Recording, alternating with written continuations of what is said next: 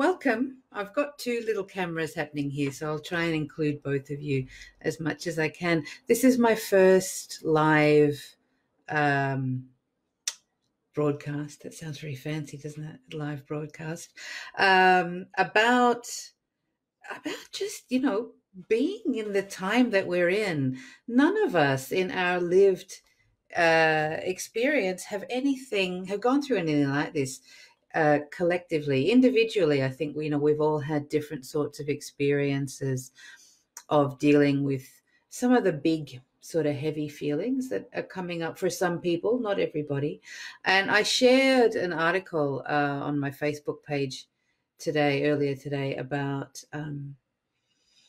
how some people are finding this period to be actually somewhat soothing, not because of any sort of inherent cruelty, but more that it's a feeling that they've carried with them for some time, in some cases for years, in fact, and that being able to now be in community with many people feeling the same sorts of really big feelings: despair, grief, fear, all these kinds of things, that having a collective response to it actually in itself is really soothing.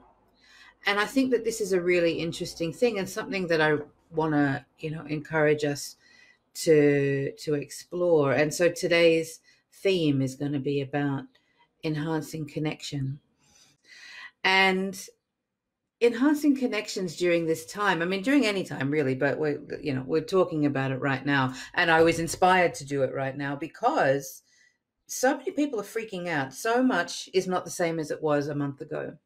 And not everybody has the internal resources to manage this sort of stuff. And, myself included, I'm sort of making this up as I go along as well. But I'm sort of drawing on information and knowledge that I've gathered over the last sort of 15, 20 years of working with people and working with people around, what soothes them and what strengthens them in these difficult times. And I think that this is really important. And so many people had written to me and said that they felt like, because they were single, for example, that they didn't have access to the same resources that partnered people do, which, I mean, that's true. You don't have the access to the same resources. You don't, because you're not partnered. But that doesn't mean that you don't have access to any resources. And it also doesn't mean necessarily that the resources you have are inferior to partnered people, and likewise in reverse. I think we have a tendency as a culture to prioritize traditional intimate sexual partnerships as sort of the holy grail that we all need to aspire to in terms of finding one, lasting true love. And then to be in a situation like this where we're quarantined down with that person, as an idea, I think for a lot of people it's nice. But the reality is, and the messages that I'm getting from people, is that this is a complicated time, that you're sort of stuck in a small space, you're sharing a very small space, you can't get away from each other. So there are pros and cons on both sides. And then for people who are not in relationship, who perhaps are living on their own, the isolation can be different because there's no physical contact necessarily. And for people who really want that, that can be confronting. In contrast with people who are in partnerships who perhaps are struggling right now and finding the intimacy and the contact too much. It's just they've never spent that much time with a partner before.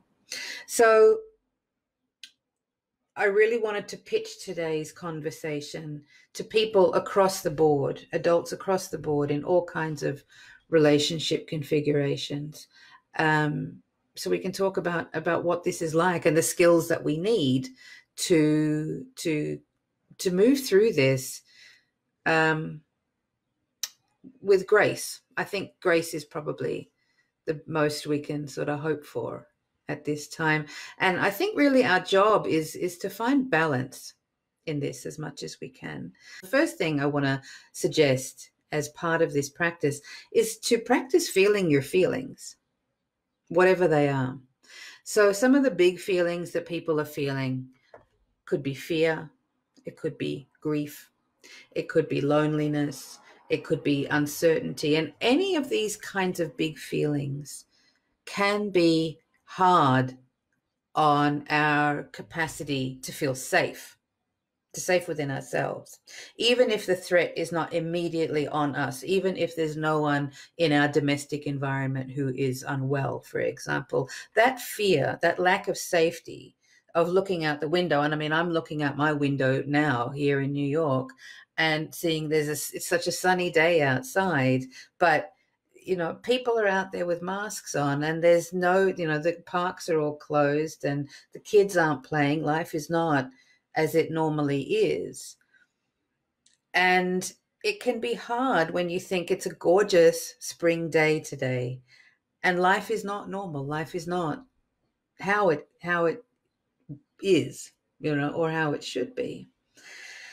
And finding a way to find safety so you can connect with another person is one of the first things, I think, in helping us to develop the skill of learning how to feel safe when really everything around us is not safe. And so one of the things that we can do is to cultivate the skill of presence, because learning how to be present enables us to contain ourselves and take care of ourselves. So to recap what I said, if you've just joined in, I'm talking about enhancing connections tonight. And one of the first steps to doing that is in acknowledging your feelings, acknowledging what you're bringing to any given interaction, whether it's an in-person interaction or whether it's like this, and so many of us are connecting in this format now that it can be a bit challenging. So naming your feelings, what is it that you're feeling? And being able to bring a sense of presence to any interaction you're having. And so presence is one of these things that a lot of people struggle with also. Because, I mean, if you've never learned how to do it, it's not necessarily something that comes especially naturally to any of us. It is a learned skill, I think. And presence to me means being able to actually feel yourself where you are right now. So I'm going to suggest that we try this together. So wherever you are, whatever you're doing, I want to invite you to just sit or stand, actually, wherever you are, and just feel. If you're standing, feel your feet on the ground. If you're sitting, feel your butt on the chair that you're sitting on.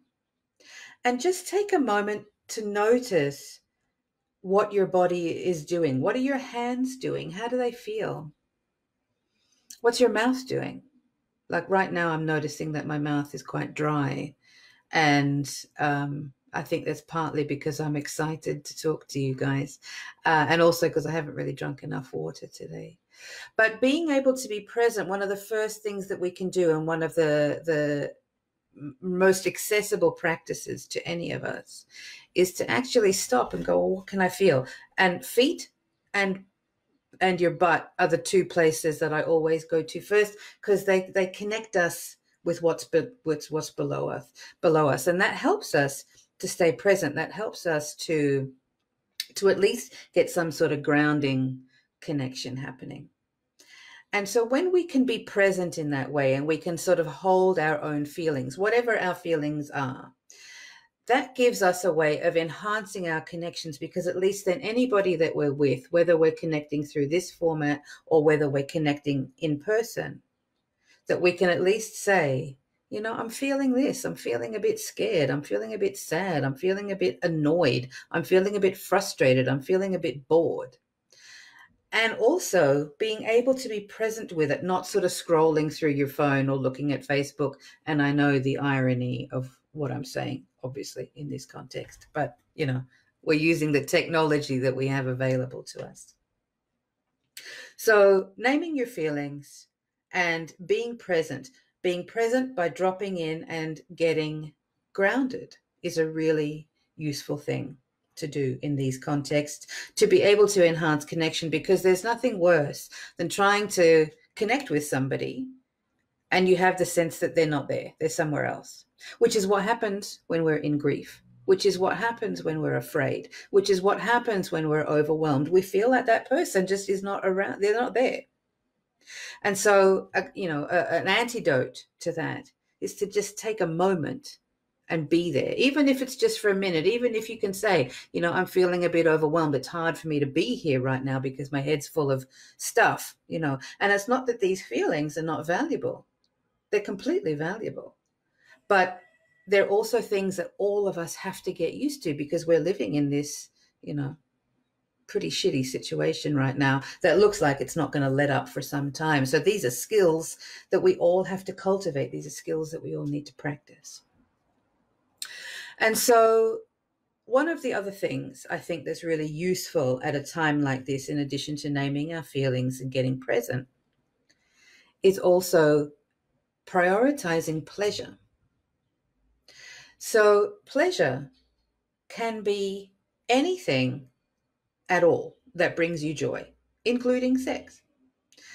And I think pleasure tends to have a dirty word. It tends to be a dirty word in many cultures. It's considered to be something that's kind of indulgent or frivolous, or, there are even some people I think who are probably feeling guilty about wanting to have pleasure during a time like this, that it's almost as if when other people are suffering, you can't have pleasure.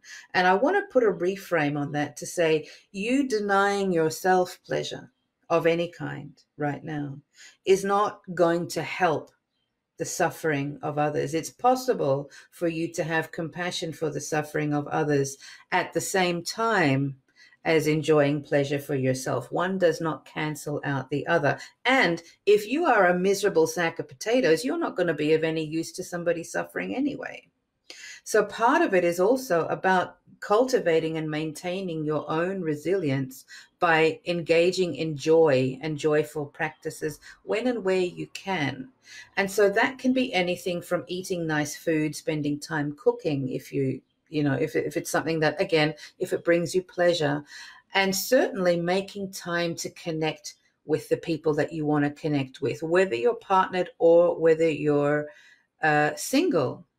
And even, even if you are partnered, I would put a call out to you to actually reach out to people outside of your immediate partnerships or outside of your immediate families. I know a lot of you are probably doing that anyway.